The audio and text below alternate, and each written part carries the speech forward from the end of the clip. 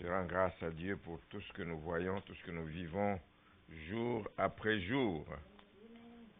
Est-ce que le son sort? Oui? Ok, parfait. Nous allons, je vais vous prier de vous lever pour la lecture de la parole de Dieu. On a déjà prié pour ça. Et nous avons un texte court, relativement court. D'ailleurs, il ne reste pas beaucoup de temps. Donc, nous avons 1 Corinthiens, le chapitre 13. 1 Corinthiens 13, on va lire à partir du verset 4. 1 Corinthiens 13, verset 4. L'amour est patient. Il est plein de bonté. L'amour n'est point envieux. L'amour ne se vante point. Il ne s'enfle point d'orgueil. Il ne fait rien de malhonnête. Il ne cherche point son intérêt. Il ne s'irrite point. Il ne soupçonne point le mal. Il ne se réjouit point de l'injustice, mais il se réjouit de la vérité. Il excuse tout. Il croit tout. Il espère tout. Et il supporte tout. Amen. Quelle belle perfection qu'il y a dans l'amour. Alléluia. Merci Seigneur. Amen. Oui, vous asseoir.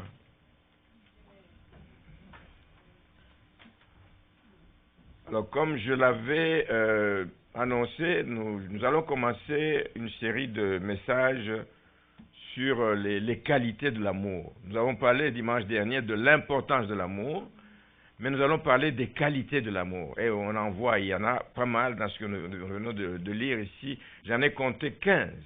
15 qualités de l'amour dans ces quelques versets. Et comme vous pouvez le constater, bien-aimés, la description que Paul fait de l'amour ici n'est pas quelque chose d'abstrait. C'est du concret. Là. Quand on dit que l'amour ne se vante point, c'est concret. On peut le voir, on peut le tester.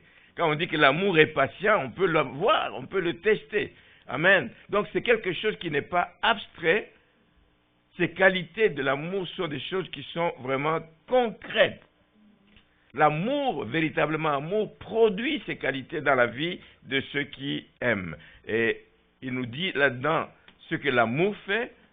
Nous venons de voir deux qualités. L'amour est patient, l'amour est plein de bonté. Il nous dit ce que l'amour ne fait pas. Il n'est point envieux, il ne se vante point, il ne s'enfle point d'orgueil, il ne fait rien de malhonnête, il ne cherche point son intérêt, il ne s'irrite point, il ne soupçonne point le mal, il ne se réjouit point de l'injustice. Mais il nous montre également ce que l'amour fait de supérieur, de l'extrême dans la vie de ceux qui aiment le Seigneur.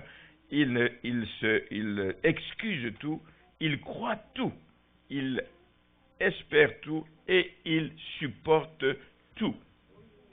Beaucoup de qualités que je souhaite que nous puissions avoir dans notre vie, dans nos relations les uns envers les autres. Nous parlons plus de l'amour envers le prochain.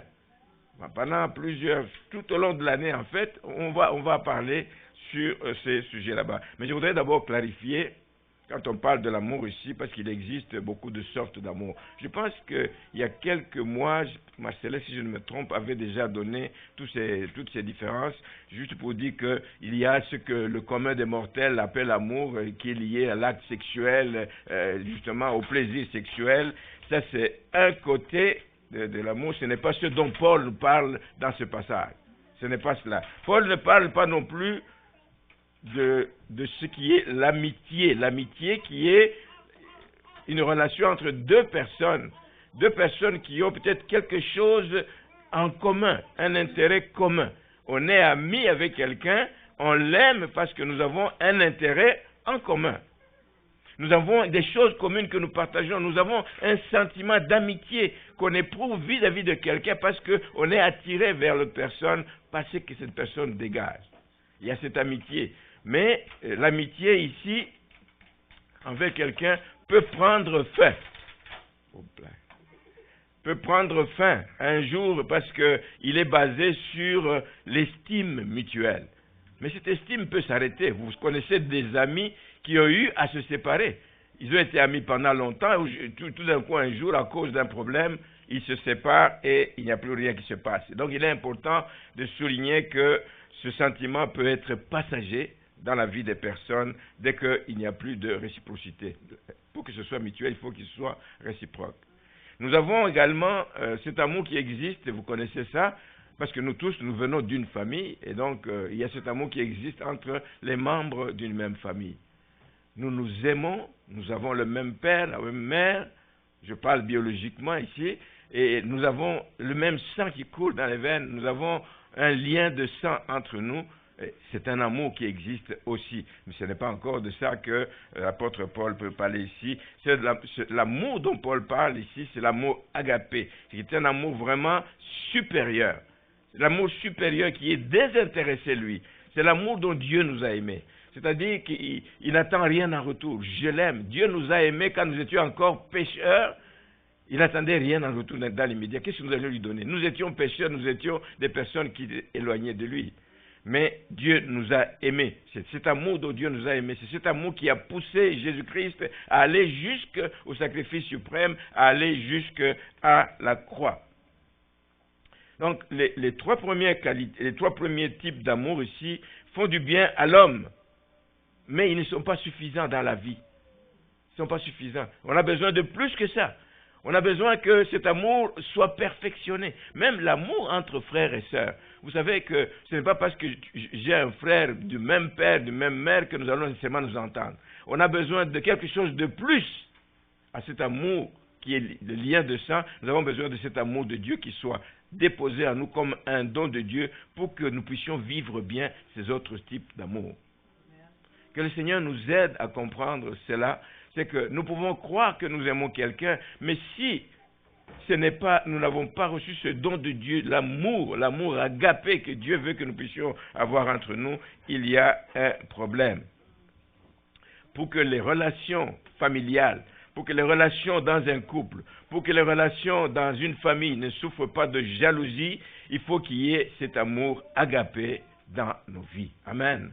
Et cet amour ne peut être que le don de Dieu. Ça nous vient de Dieu. Il n'y a personne d'autre qui peut nous l'accorder. C'est le fruit de l'esprit parce qu'il nous permet, même des gens qui nous détestent, même des gens qui ne nous aiment pas, des gens qui nous ont fait du mal, nous pouvons les aimer par cet amour agapé. Et l'apôtre Paul, quand il fait des reproches à l'église de Galates, c'est parce qu'il manquait ce type d'amour dans cette église. Dans Galates, chapitre 5, verset 15, il dit qu'il marchait selon la chair. Ils marchaient selon la chair et ils se mordaient entre eux. C'était dans une église. Dans une église, on peut se mordre, on peut se marcher dessus, parce qu'il manque cet amour agapé. Il faut le demander continuellement à Dieu. Donne-moi cet amour pour que je puisse aimer mon frère comme tu m'as aimé, comme je m'aime moi-même. Amen. Donne-moi, Seigneur, cet amour. Seul donc l'amour agapé nous permet de produire toutes les qualités qui ont été énumérées dans ce texte de 1 Corinthiens 13. Et ce matin, compte tenu du temps que nous avons, je vais parler de la première qualité de cet amour. C'est l'amour est patient. Et je ne sais pas si c'est par hasard que Paul a commencé par cela, mais je pense que tous, nous avons besoin d'avoir la patience dans la vie. La patience envers les autres personnes. La patience pour vivre en harmonie. La patience pour pouvoir cheminer ensemble. Nous avons besoin d'avoir cette patience envers nos semblables. Et si nous sommes sincères avec nous-mêmes déjà, nous savons qu'il arrive souvent qu'on perde patience. Il arrive souvent qu'on perde patience, et même dans l'église, ça arrive souvent. Il y a des personnes qui peuvent manifester des tendances. Nous n'avons pas les mêmes caractères, mais il y a des personnes qui peuvent manifester des tendances ou des caractéristiques qui nous irritent. Chaque fois que je vois la personne, ça m'irrite. Juste à voir la personne, je pense à tel qu'il peut manifester tel caractère dans sa vie et ça m'irrite. Pourtant, le Seigneur nous dit, aimez-vous les uns les autres. Il sait que nous avons des caractères différents, mais il dit, aimez-vous les uns les autres. Même s'il y a des choses qui peuvent produire la frustration, l'amour que Dieu met en nous pour notre frère va nous amener à être patients envers cette personne et attendre que, par la grâce de Dieu, cette personne change. Ça peut prendre du temps. C'est pour ça que la patience elle peut nous amener loin, dans le temps. Vous savez, je donne deux petits exemples des choses qui existent, qui se sont déjà passées dans cette assemblée ici. On entend, quand on a agapé, on dit, mais pourquoi on a rangé les tables comme ça? Moi, je voulais que ce soit comme ça. Et paf, la personne est enflammée. Il n'y a pas de raison de s'enflammer. Quelqu'un peut avoir une autre idée que la tienne, ce n'est pas une raison de s'enflammer. Il y a quelque temps, j'ai demandé, étant donné qu'il y a des personnes qui arrivent parfois en retard, pour ne pas perturber le bon déroulement du moment de louange et de l'adoration, les gens sont en train de louer et d'adorer le Seigneur, mais ceux qui viennent en retard traversent, viennent jusqu'en avant. On dit, ceux qui viennent les premiers, qu'ils occupent les premiers rangs. Juste une demande gentille comme ça, mais il y a quelqu'un qui était parti et qui a même quitté l'église à cause de ça. Mais Dieu nous demande d'avoir la patience même envers de telles personnes. La Bible nous demande à plusieurs reprises de développer la patience entre nous, dans nos relations. La Bible nous le demande régulièrement. Parce qu'être patient, ça peut prendre du temps. Ça peut prendre du temps, etc. Et qu'on soit donc là à la colère. Savez-vous que Dieu veut nous former à la patience? Ce n'est pas quelque chose qu'on obtient comme ça, la patience. Ça nous prend une certaine formation, ça nous prend de vivre des expériences, ça nous prend de vivre des situations où nous développons cette patience. Et le désir de Dieu, c'est de développer en nous la patience. La patience, pour qu'un couple tienne, ça prend la patience. Dieu veut nous former à la patience. Et Dieu nous met à l'épreuve. Et il va se servir de certaines situations pour nous former à la patience, justement. Il va se servir des imperfections qu'il y a chez nos semblables. Il n'y a personne qui est parfait. Dans un couple, il n'y a personne qui est parfait. Encore ce matin, moi, je recevais des remarques de mon épouse. Je dis, mais tu as fait ça. Je dis, ok, je vais changer. Dieu se sert de ça pour nous former, pour que nous développions la patience. Il va se servir de ces imperfections, il va se servir des mauvais traitements qu'on nous fait subir pour développer la patience en nous. Ces mauvais traitements, ça peut être au travail. Ces mauvais traitements, ça peut être n'importe où vous allez. Vous allez dans un bureau, vous allez pour essayer d'obtenir des renseignements, on vous traite comme moins que rien, etc. Mais c'est pour développer la patience envers ces personnes. Ils ont encore en elles des imperfections. Un bel exemple de notre attitude, c'est lorsque nous sommes sur la route. Lorsque nous sommes sur la route, on aime la patience de celui qui vient derrière nous. Ah, merci Seigneur, cet homme est patient. Mais celui qui est devant nous, là, si on aurait pu le cogner, on le cognerait. C'est parce que c'est cela. Dieu se sert de toutes ces choses pour développer. Même sur la route, nous devons être capables d'être patients. Je sais que des fois, c'est difficile quand on vient, on vous coupe devant. Vous êtes sur le point de sortir des gros mots, mais soyons patients. Soyons patients. Prions pour ces personnes afin que le Seigneur les aide à changer. Mais la Bible nous rappelle aussi que la patience doit être présente dans toutes nos relations. Ça veut dire que nous devons accepter de bon cœur. Nous devons nous accepter de bon cœur. Nous accepter les uns les autres de bon cœur. Je dois être ouvert à aimer mon frère, même si je sais qu'il y a des défauts de telle et telle nature dans sa vie, je dois pouvoir l'aimer, prier pour lui, l'exhorter afin qu'un jour il change. Mais en attendant, il faut que je sois patient vis-à-vis de cette personne. Nous devons être lents à la colère. Amen, amen, amen. Et éviter de vouloir toujours riposter à tout. De vouloir toujours se faire justice soi-même. Dire, ok, il m'a fait ça, j'attendrai mon tour, il saura de quel bois je me chauffe. Un enfant de Dieu ne peut pas être comme ça. L'amour, nous dit la parole de Dieu, est patient. Des fois, c'est vrai qu'on voudrait bien faire quelque chose parce qu'on dit qu'il le mérite. Mais Dieu nous dit de ne pas nous faire justice. C'est lui qui va nous venger. C'est lui qui va nous venger. Ce n'est pas à nous de nous venger. Je voudrais ce matin m'arrêter sur un exemple connu. Pour ne pas être trop théorique comme ça, mais aller examiner dans l'exemple de David.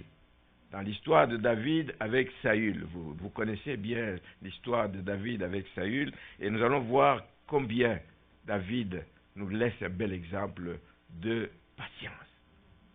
Patience. Nous lisons un texte dans 1 Samuel, le chapitre 24.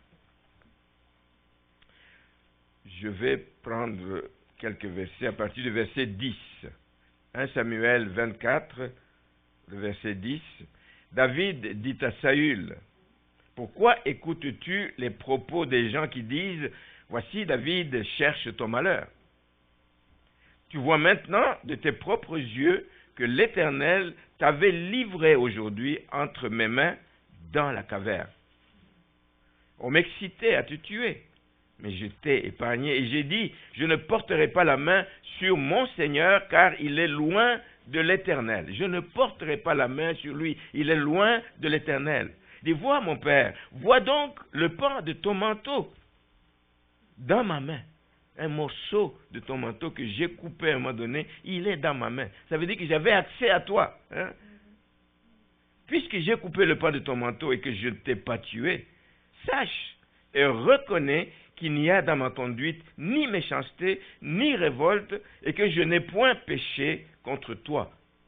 Et toi, tu me dresses des embûches pour m'ôter la vie? Vraiment? Est-ce que c'est ce que je mérite? L'Éternel sera juge entre moi et toi, et l'Éternel me vengera de toi, mais je ne porterai pas la main sur la main je ne porterai pas la main sur toi, sur le loin de l'Éternel. Amen. L'histoire, vous connaissez tout ce qu'il y a autour, ce serait long à lire, mais vous connaissez donc David, comment il a commencé à servir le roi Saül. Il l'a servi avec beaucoup de considération et beaucoup de joie. Il l'a servi quand il l'envoyait se battre, il l'a servi de toutes sortes de manières, mais il le faisait avec un bon cœur. Il aimait le roi Saül. Il l'a respecté comme un oint de Dieu. Nous devrions être pareils, la même chose vis-à-vis de ce que nous avons. Quand nous avons affaire à un homme de Dieu, nous devrions aussi le respecter de la même manière que David a respecté l'homme de Dieu. Nous devrions le faire, Saül. Donc Saül, pour des raisons qui lui sont propres, là, voulait tuer David. Parce qu'il écoutait trop ce qu'on lui racontait au sujet de David. Parce que quand il est revenu du combat, les femmes chantaient, écoute, hein, il a ses 10 000. Et ça l'a énervé. Ça a commencé par là. Et par la suite, évidemment, il y a des gens de sa cour qui ont commencé à lui raconter des choses. Ah, il t'en veut, il te cherche le malheur. Et c'était faux, c'était complètement faux. Et David n'a pas agi, malheureusement, dans cette situation. Il n'a pas agi avec sagesse envers Saül, n'a pas agi avec sagesse envers David. Saül n'a pas agi avec sagesse. Il préférait écouter ses mauvais conseillers qui lui disaient que David lui cherche le malheur. Mais malgré le sentiment de jalousie qui était quand même, qui naissait dans le cœur de Saül, à cause de tout ce qu'il entendait, David a choisi de s'en tenir à la justice de Dieu. Je compte sur la justice de Dieu. Il ne m'appartient pas de me faire justice à moi-même. S'il s'agissait de me faire justice à moi-même, je l'aurais fait. Je l'ai eu quand je fouillais, j'étais dans la caverne. Il est venu vers moi, il dormait, etc. Et puis personne n'a même vu. Ces soldats n'ont même pas vu, ces gardiens n'ont même pas vu quand je suis allé couper, déchirer le pan de son manteau. Il n'a pas vu. Donc j'aurais pu le tuer. David a choisi de ne pas se venger lui-même. Et la Bible nous le dit, nous le recommande fortement dans le livre des Proverbes. Proverbe 14, verset 29. Celui qui est lent à la colère a une grande intelligence. Amen. Voulez-vous être intelligent? Soyez lent à la colère. Amen. Voulez-vous être intelligent? Soyez lent à la colère. Mais celui qui est prompt à s'emporter proclame sa folie. Dans le livre des Proverbes 19, le verset 11, l'homme qui a de la sagesse est lent à la colère.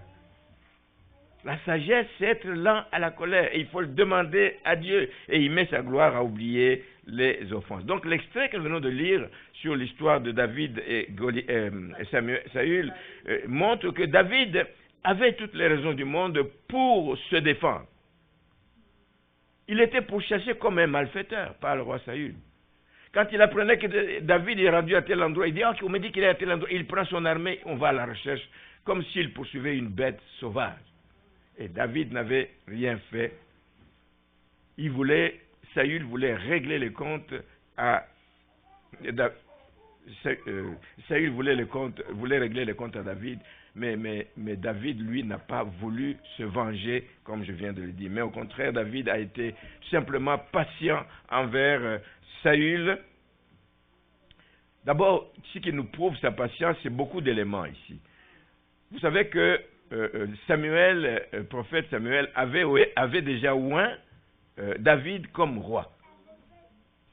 David ne s'est pas précipité pour dire non, mais j'ai déjà été oint roi, etc. Il faut que je prenne par la force, je prenne le pouvoir par la force. Il a été patient, il a préféré attendre le temps de Dieu. Et le temps de Dieu pour chacun de nous est le meilleur.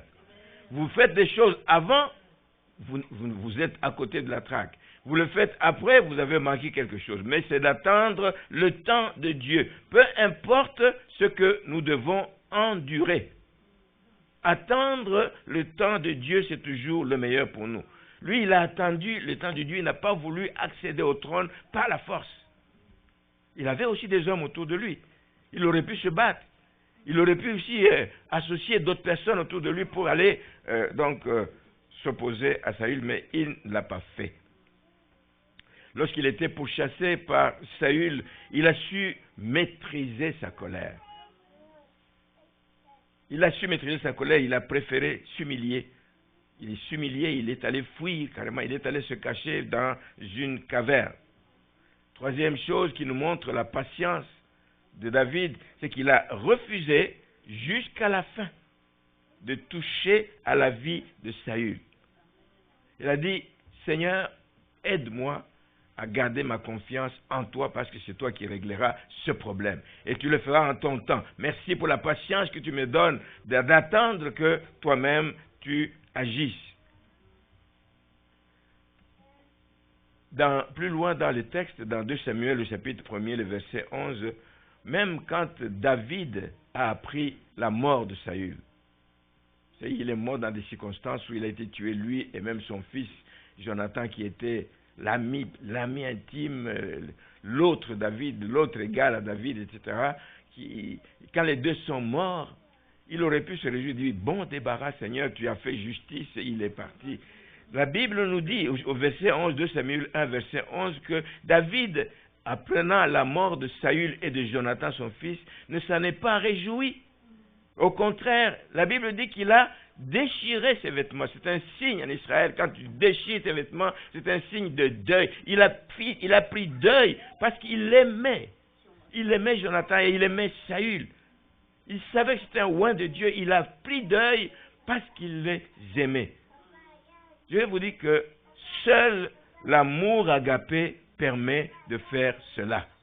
C'est pour ça que c'est ce que nous devons demander à Dieu. Seigneur, donne-moi de cet amour. Donne-moi de cet amour afin que je puisse être patient devant des contrariétés de la vie, devant des mauvais coups que l'on me fait, que je sois patient parce que je sais que tu es ma justice, tu es mon défenseur. Donc, la patience de David, bien-aimé, envers Saül se manifeste par son refus volontaire. Il y a de la volonté là-dedans. Oui, l'amour de Dieu en nous permet de faire des choses, d'éviter des choses, mais il y a la volonté. Notre volonté doit entrer en ligne de compte. Son refus volontaire de toucher à la vie de Saül, même lorsqu'il en avait l'occasion. Même lorsqu'il en a eu l'occasion. Parce que David respectait Saül comme un oint de Dieu, et il préférait donc s'attendre à la justice de Dieu, malgré tout ce qu'il a subi comme persécution, comme moment de détresse, mais il a préféré s'attendre à Dieu. Donc, de façon générale maintenant, pour revenir à nous, de façon générale, notre capacité à rester, à être patient, à demeurer patient, notre capacité est toujours mise à l'épreuve lorsque on considère que nos droits sont bafoués. Dès lors qu'on considère que mes droits, non, il n'avait pas le droit de faire ça. Alors, tu comprends comment ma frustration monte, etc. Mais demande à Dieu encore la patience. Donne-moi la patience. La Bible dit que la patience est un fruit de l'esprit. Demande à Dieu la patience, même quand tes droits sont bafoués. Je crois que dans un chant, nous avons chanté ici qu'il est notre défenseur, qu'il est notre pourvoyeur, qu'il est tout cela. Seigneur va le faire quand nous nous adressons à lui avec un cœur sincère. Quand nos droits sont bafoués, la patience diminue.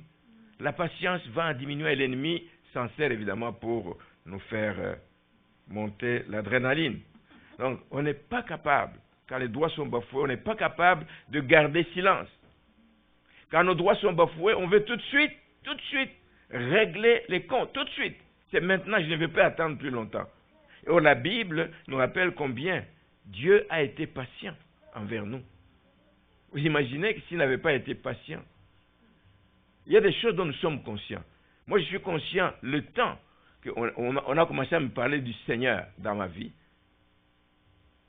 comment je réagissais là. Je voulais même humilier les serviteurs de Dieu qui venaient chez nous pour me parler de choses comme ça, pour montrer que je n'ai pas le goût de vous entendre. Là, je disais, amenez-moi ma bière, amenez-moi ma bière. Parce que je savais que, bon, il n'était pas à l'aise avec ça, mais je dis, amenez-moi ma bière. Je bois, là, je bois pour leur dire, vous n'êtes pas les bienvenus ici, donc faites attention pour ne pas revenir ici. C'était comme ça. Mais Dieu a été patient.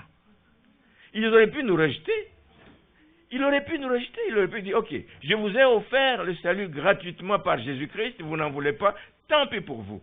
Mais il continue encore à tendre la main. Il continue encore à nous parler. Le Saint-Esprit continue encore à nous appeler à changer, à reconnaître notre état de pécheur et à mettre notre vie en ordre. Dieu a été tellement patient envers nous et il est encore patient envers les pécheurs. Parce que la Bible dit qu'il ne veut qu'aucun périsse, mais que tous arrivent à la repentance. Dieu est patient. C'est un exemple qu'il nous donne, et donc que nous puissions être patients. Vous allez dire, oui, mais Dieu est Dieu, et nous sommes des hommes. Mais Jésus aussi était un homme quand il est venu ici sur terre. Il était dans la chair comme nous, mais il a été patient. Même dans toutes ses souffrances, il a été patient. Quand on le conduisait, la Bible dit dans Isaïe 53, qu'on le conduisait comme on mène des brebis à la boucherie. Il était silencieux, il était patient parce qu'il savait qu'il y a quelque chose qui doit s'accomplir. J'attends le temps de Dieu, que ça s'accomplisse. Ma mission aura été faite et le salut nous est parvenu comme ça parce que Jésus-Christ lui-même a été patient. Sans la patience, on ne peut pas changer de façon significative, on ne peut pas changer de manière durable nos relations. Prions pour que le Seigneur nous donne la patience. À l'Église, nos relations vont aller de mieux en mieux si nous avons la patience dans nos relations. Dans le couple, les choses iront de mieux en mieux si il y a la patience, mais si tout le monde élève la voix, l'autre élève la voix, on ne règle pas le problème. Nous devons développer cette patience à nous si nous voulons arriver à un but. Dans nos familles, c'est la même chose. Ce n'est pas parce que nous avons le lien de sang que tout roule dans les familles. Non, il y a des combats dans les familles. Il y a des gens qui font des années sans se parler. Il y a des gens qui font des années sans se voir. Mais Dieu veut que nous puissions nous parler parce que nous sommes les enfants d'une même famille. Donc, essayons d'imaginer, comme chrétiens, l'impact que nous aurions si nous étions patients déjà les uns envers les autres. Déjà dans l'Église, si nous étions patients les uns envers les autres, imaginez l'impact que cela peut avoir. Et en partant d'ici, nous amenons cette richesse à l'extérieur, nous allons donc pouvoir impacter le monde entier. Donc, nous connaîtrions davantage d'harmonie. Nous aurions d'ailleurs plus de puissance parce qu'il y a un prix à payer. Donc, j'ai dit tout à l'heure que la patience s'acquiert. Ça s'acquiert. On n'est pas patient. La patience s'acquiert. Et je vous dis, croyez-moi, chers amis, que ce n'est pas juste en demandant à Dieu, par une courte prière, juste rapide comme ça, donc c'est comme on aime faire, la prière micro-ondes où on appuie sur un bouton, Seigneur, donne-moi la patience, et vous croyez que vous allez l'avoir tout de suite. Non, comme elle disait, ça prend la persévérance. Il faut attendre que Dieu agisse. C'est pas tout de suite quand tu demandes que tu vas l'avoir. Il y a des choses que tu peux avoir tout de suite, mais Dieu veut que nous soyons patients, même dans l'attente des réponses qui doivent venir de lui. Amen. Donc on acquiert la patience davantage avec le temps. Je l'ai dit au début, par l'apprentissage. C'est à travers les circonstances par lesquelles nous passons. C'est à travers les difficultés que nous connaissons dans la vie que nous arrivons à développer cette patience et qu'on peut donc grandir de ce côté-là. Comme je le dis souvent, les chrétiens oublient que quand Dieu dit qu'il nous a aimés, son but premier à lui n'a pas été de nous donner une vie exempte de tracas. C'est parce que Dieu a dit que venez à moi, et c'est l'erreur que souvent on commet. Donne ta vie au Seigneur et puis tous ces problèmes vont disparaître. Non, c'est pas ça. Non, Dieu n'a pas dit que quand nous venons à lui, qu'il nous libère. Nous sommes exemptés de tracasseries ou des problèmes dans la vie. Mais ce que Dieu veut, son but est de former notre caractère à travers des difficultés, etc. Et parmi les choses qu'il veut développer, c'est cette patience. La Bible nous dit d'ailleurs dans Ésaïe 30, le verset 15, que c'est dans le calme et la confiance. C'est dans le calme et la confiance. Faisons confiance à Dieu. Il connaît nos cœurs, on l'a dit ce matin, il connaît les désirs de notre cœur et il va nous les donner si ce sont des désirs saints, si ce sont des désirs qui nous permettent de le glorifier, si ce sont des désirs qui nous permettent de grandir. Dans le calme et la confiance que sera votre force.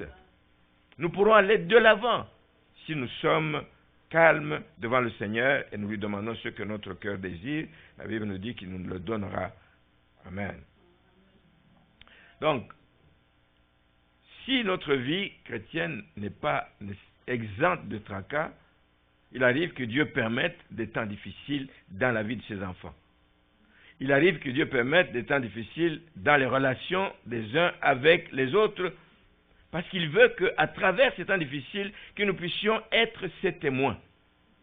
Que nous puissions montrer que nous connaissons le Seigneur, que nous puissions connaître que nous avons la crainte de Dieu dans notre vie. Et en le manifestant à travers la patience que nous montrons vis-à-vis de ceux qui nous entourent, ben là nous devenons des témoins efficaces de Jésus-Christ. Et Jésus a besoin d'avoir des gens patients dans cette société. Il y a tellement de choses qui vont vite, on veut tout avoir tout de suite, on veut que tout soit réglé tout de suite, qu'on a perdu patience dans beaucoup de choses. Mais Dieu veut que ces témoins dans ce monde, nous soyons patients. Patients envers ceux que nous côtoyons, patients envers ceux que nous exhortons, patients vis-à-vis de ceux pour qui nous prions pour qu'ils changent. Si tu as commencé à prier pour quelqu'un, continue à prier. Continue à prier jusqu'à ce que tu obtiennes. Elle a pris 17 ans pour prier pour sa famille, pour sa grande sœur, et elle a vu le résultat après 17 ans. Dieu est fidèle. Donc gardons toujours à l'esprit, et comme nous l'avons chanté tout à l'heure, gardons toujours à l'esprit ce que Paul dit dans Romains 8, verset 28. Nous savons du reste que toute chose concourt au bien de ceux qui aiment Dieu, de ceux qui sont appelés selon son dessein. Alors toute chose, ça inclut quoi? Ça inclut aussi notre patience qui est mise à l'épreuve. Ça inclut tout cela. Alors nous pouvons donc nous attendre à lui.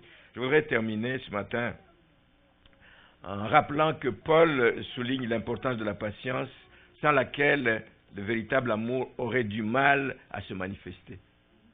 Ah oui, tu ne peux pas dire que tu aimes ton frère si tu n'es pas patient envers lui. Donc sans cet amour agapé, la patience, sans la patience, cet amour agapé n'est pas réel, n'est pas concret, on ne peut pas le voir. Tu vas me dire que tu es patient, tu m'aimes alors que tu n'es pas patient envers moi, non. Donc il faut que la patience soit là, et c'est pour ça que je pense que Paul a commencé par cette première qualité. Elle est importante, et Paul en parle d'ailleurs dans plusieurs autres de ses épîtres, parce qu'il trouve que c'est vraiment important. Donc sans cette patience, le véritable amour ne peut pas se manifester. Sans cette patience, les autres, même les autres qualités que nous avons énumérées de l'amour agapé seront affaiblies. Je l'ai dit tout à l'heure, même dans une relation de couple, les autres types d'amour que nous devons avoir dans le couple vont être affaiblis si nous ne sommes pas patients, nous ne manifestons pas la patience envers les autres. Donc Paul revient beaucoup sur la notion de patience dans plusieurs de ses épîtres. Je vais les lire et je vais terminer avec ça. Colossiens 1, verset 11, il dit, il prie, c'est une prière qu'il élève en faveur des Colossiens, il dit que Dieu les fortifie en sorte qu'ils soient toujours et avec joie, persévérant et patient. Même quand la patience te coûte quelque chose, mais il faut persévérer dans cette patience, mais il faut le faire aussi avec joie. Colossiens 3, verset 12, il dit, ainsi donc, comme des élus de Dieu, saints et bien-aimés, revêtez-vous des sentiments de compassion. Dans la version d'Arby, on dit, comme on aime le dire ici, revêtez-vous des entrailles de miséricorde, de bonté, d'humilité, de douceur et de patience. Regardez, toutes ces choses nous sont donnés par Dieu. Ce sont des dons de Dieu. Ce sont les fruits. C'est le fruit de l'esprit à nous. On peut le demander à Dieu. La patience, ça ne s'acquiert pas comme ça parce que j'ai décidé de l'acquérir. Dieu demande à Dieu de te donner la patience vis-à-vis d'un frère. Dieu va le faire à travers les différents événements que tu vas vivre. 1 Thessaloniciens chapitre 5, le verset 14 nous dit, nous vous en prions aussi, frères, avertissez ceux qui vivent dans le désordre, consolez ceux qui sont abattus, supportez les faibles, usez de patience envers tous. Envers tous. Je voulais continuer avec cette partie, avertissez ceux qui vivent dans le désordre, mais ce sera l'objet d'un autre message une autre fois. Avertis ceux qui sont dans le désordre, tu l'avertis, ça ne veut pas dire que ça va changer tout de suite. Mais jusqu'à quand tu vas l'avertir? Jusqu'à quand tu vas être patient? Est-ce que la patience est illimitée? Non. Un jour, la patience a un terme. Même la patience de Dieu a eu un terme à un moment donné. À l'époque de Noé, etc., vous savez ce qui s'est passé. Il a été patient, il a averti. Noé a parlé de la part de Dieu à tous ses contemporains, mais à un moment donné, la patience prend fin. Mais la patience, c'est quelque chose qui doit quand même prendre du temps. Dieu a pris des années, Dieu a pris des générations pour qu'il puisse finalement donc mettre fin à sa patience. Frères et sœurs, ce que je voudrais que vous reteniez ce matin, c'est que même dans le monde, on reconnaît les bienfaits de la patience. Ah oui, même dans le monde, il y a un proverbe chinois, et j'ai pris celui-là parce que, là, on va dire qu'il ne croit pas en Dieu, le Dieu d'Israël, notre Dieu à nous, il ne croit pas, et donc un proverbe chinois dit ceci, dit un moment de patience peut préserver de grands malheurs. C'est tellement vrai. Tu perds patience, tu te laisses aller à la colère, ça peut t'amener au meurtre. Ça peut t'amener au meurtre. Ils disent, un moment de patience peut préserver de grands malheurs. Mais un moment d'impatience peut détruire toute une vie. Toute une vie. Mais un moment de patience peut te protéger de la prison. Un moment de patience peut te protéger d'un coup de fusil. D'un coup de fusil. J'ai déjà vécu, je ne connaissais pas encore le Seigneur, on venait de faire connaissance avec Donna. On est en train de rouler un vendredi soir, on allait dans une boîte de nuit, etc. Alors, je ne connaissais vraiment pas le Seigneur. Et comme je disais au sujet des gens qui sont sur la route, et puis il y a quelqu'un, soit, je ne me rappelle plus s'il voulait me dépasser ou il me klaxonnait, ou la nuit, c'était la nuit, il klaxonnait ou il faisait je ne sais pas quoi. Et puis moi, je lui ai répondu, je ne sais même plus ce que j'ai fait. En tout cas, j'ai dû faire quelque chose qui a énervé la personne. La personne est venue vers moi, il m'a coupé cette fois-ci devant, ou bien il me donnait beaucoup de... le feu, oui. Et ça m'éblouissait. Et puis, alors, il est venu vers moi, il s'est arrêté, il est venu, il a voulu casser la voiture. C'est un monsieur, à côté de moi, c'était quelque chose là. Il a voulu, il a cogné, il voulait casser, il voulait vraiment casser mon auto là. Et ce que j'ai fait de mieux, c'est, je suis sorti, j'ai fui. J'ai laissé l'auto là-bas, elle est restée dedans.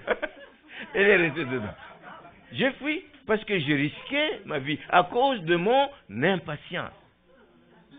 C'est tellement vrai, c'est proverbe. C'est proverbe chinois. Un moment de patience peut te préserver de grands malheurs. Si ce gars avait mis la main sur moi, je ne sais pas ce que je serais devenu. Je ne sais pas. Mais l'impatience, j'ai failli perdre mon auto. Je vous dis, c'était une auto neuve, là, et puis il cognait dessus. Heureusement qu'il n'y a pas eu de dégâts. Quand il m'a vu partir, il s'est calmé, il est parti. Donc demandons à Dieu, bien en terminant, demandons à Dieu de nous donner sans cesse la patience. L'amour pour ceux qui nous irritent, qui nous côtoient. Les gens peuvent nous irriter, les gens peuvent nous faire du mal. Que Dieu nous donne l'amour pour ces personnes, même quand on est en désaccord avec certaines personnes, que nous soyons encore et encore et encore patients envers ces personnes. Le Seigneur va nous aider, il va le faire parce qu'il veut que nous puissions grandir dans l'amour les uns vis-à-vis des autres. Amen. Nous allons prier le Seigneur.